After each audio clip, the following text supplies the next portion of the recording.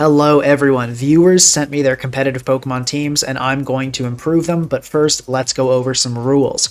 First of all, I will be rating all teams solely based on top level competitive viability. There's nothing wrong with building goofy teams, but you won't get any points for it here. Secondly, I will be ranking all teams on a scale of 0 to 10. 0 to 2 represents a near guaranteed loss at a top level, 2 to 4 is a likely loss at a top level, 5 to 6 is decent but has considerable weaknesses, 7 to 8 is strong but still has noticeable weaknesses, and 9 to 10 is very solid with very few weaknesses. Lastly, I will not change the key Pokemon or goal of a team when fixing it. Even if that key Pokemon or strategy is unviable or outclassed, I will stick with the vision of the team. All teams I show in this video will be linked in the description, both the original submissions and my edited version. Let's get right into it. So first up here we have a Probopass Hazard stack by LTO2. So there definitely are some issues with this team, but first, let's just take an overview. We've got a Body Press Probopass here meant to trap Kingambit, and then just a support set for the rest. Garchomp, standard Endure Spike set, a Sinistcha, very normal, only thing of note is leftovers instead of the common boots. AV Crown, a Choice Specs Walking Wake with Knock and Flip Turn, and a very interesting Tusk set. So this one is EV to outspeed Gholdengo, but still gets the booster attack and has a little bit of bulk. I believe this is guaranteed to live a Dragon Pulse is the idea here. So yeah, there are definitely some issues here. One, no Ghost Resist at all. Which is a huge problem especially with Crown being the only special wall. Nothing else on the team has really great special defense, so Shadow Ball from Dragapult and Gholdengo is going to rip through this team. Also, any fast sweeper. Look at this, there is no priority, and the fastest Pokemon on this team is Walking Wake, which is getting outsped by a ton. So if you see like a DD Moon, an SD or Calm Mind Ival, Iron Moth, Dragon Dance, Dragonite, Dragon Dance, Kyurem, and particularly Swords Dance, Wellspring, you are basically, you're cooked. And then on top of that, there's not only does it struggle with hyper offense, it's got issues with the other extreme, Stall. You're realistically never getting past Stall. Your only way to get past Stall is to set up hazards, start knocking special walls with Wake, and then start hitting them with Draco Meteor. But if you think about the walls a Wake is going to have to get past on Stall, Blissey for one, but then there are other challenges, things like Toxapex, even things like Ala that can come in on water moves.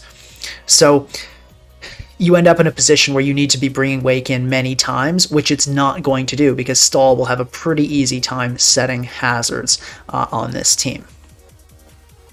So as far as the strengths go, honestly, there's not much good I have to say about this team, but it is a cool concept. I'll say that's the one thing. It intrigued me, which is why I picked it. I liked the idea of Probopass trapping Kingambit and then Iron Crown kind of going wild. So I'd say before these changes, I'm going to give this team a 3 out of 10.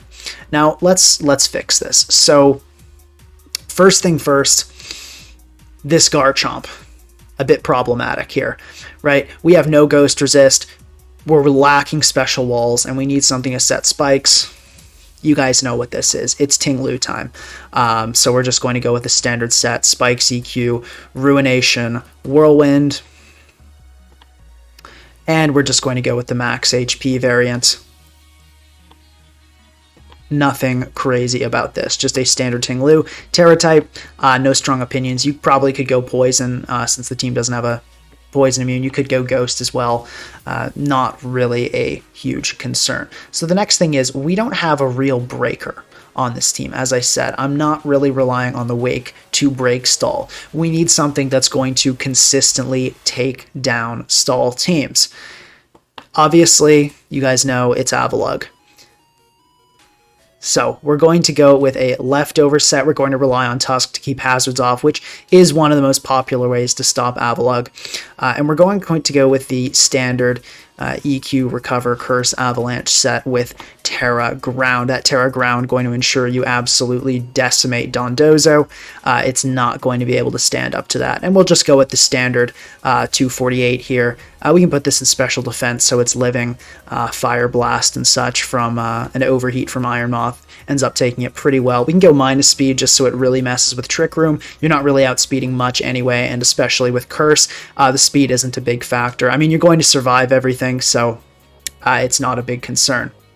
Yeah, so now that you've got this Avalugg, and I mentioned priority also, being a concern earlier, the fact that this team doesn't have speed, but with Ting Lu on the special side and Avalugg on the physical side, really, and honestly, they can both, Ting Lu can take physical hits still pretty well, and Avalugg can take special hits pretty well. So between these two, I'm no longer really worried about any sweepers. So I'd say even though this team is still a bit slow with Iron Crown as the fastest Pokemon, this ends up being really solid. And this tested amazing for me on ladder, got me to around 3,000 elo. So I would say after, I'm going to give this team a 11 out of 10. It was very, very solid. Next up, we have a Psychic Terrain Rain by MKU. So let's take a look. We've got Focus Energy Kingdra here. The idea being you set up Focus Energy, that plus Scope Lens gives you 100 accuracy, and then from there you can go for, Weather Ball, Draco Meteor, and Draco will crit every time, so you never have to worry about the special attack drop. That's the idea there. Pretty standard defensive Pelipper, running Rain Dance, which is somewhat notable. Just a normal defensive Indeedee here. Psychic Noise instead of Expanding Force is something. LO Scooter here, opting for more flexibility, so you don't have to go for hard reads with Wellspring, and this does have a 50% chance to one-shot Wellspring.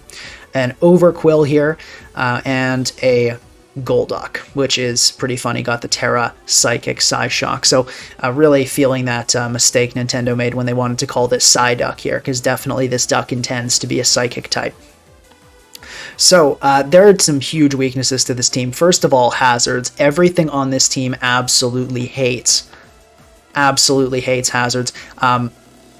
We've got 5 Pokemon affected by spikes, 1 super affected by rocks. So basically, if you face any team that's able to get hazards up, I mean, if you face a Ting Lu team, you're probably going to lose. Even with all these water types, all it really needs is to set up a spike and a rock, and it's going to be almost impossible to win that game. So that's really tough. Next, obviously, is electric types. You've got Zapdos, Raging Bolt, and you can see there's no switch in. The only real answer, you have to immediately Terra Pelipper, which is not really something anybody wants to do, to have to Terra Pelipper immediately in a matchup, just if you see a single electric type. So that's not very good. And then the next thing I wanted to mention, similar with the other team, we're not breaking stall here. So this Kingdra is never getting past Blissey, this is never getting past Dondozo, this is never getting past really almost anything.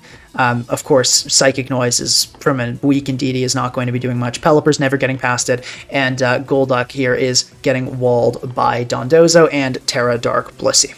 So, how are we going to fix this? The problem here is that a lot of this team needs to be here. You need the Rain Setter. You need the Indeedee for the Psychic Terrain. And then at that point, you're left with very few slots for abusers.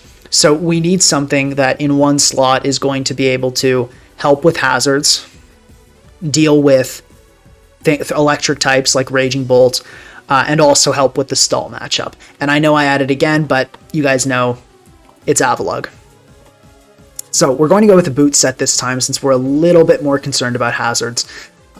Going to go with Sturdy once again though, and we're going to go this time with a slightly different set. We're going to go with the Curse, Rapid Spin, EQ, Avalanche set. Now I know it seems a little bit odd not to run Recover, but remember this is a more fast-paced team. You're not really supposed to be sticking around forever. And I mean, at Avalugg at this rate can still take like 4 or 5 hits from Raging Bolt switching in. So it's not bad. It's not going to stay around forever, and I get the people that say like non-Recover Avalugg is bad, but in this case, given how fast-paced the team is, we really want this. Unfortunately, this is not quite enough. We need a little bit more help, specifically with electric types. So I had to pick another abuser to remove, and I was not super impressed with the Kingdra. So we're going to have to remove this for Bergmite. And we're going to go once again with Sturdy, and this time we're going to go with Recover. So we kind of get a Recover. Now, of course, it's no Avalugg, but it is close. It is close, and this will get us where we need to go with that. All right, now, and for our third team, you will have to wait until tomorrow when the actual team fixing video is released. These two teams will be featured, as well as one additional team. So if you guys want to see these teams actually fixed, it will be posted tomorrow. The video will be posted 24 hours after this video is released. This is April Fool's. If you did not realize this was a joke until now, please check out my Team Building Guides playlist. If you didn't notice anything afoot, definitely you need to check out that playlist. Hope you guys enjoyed this as much as I did, and have a great day.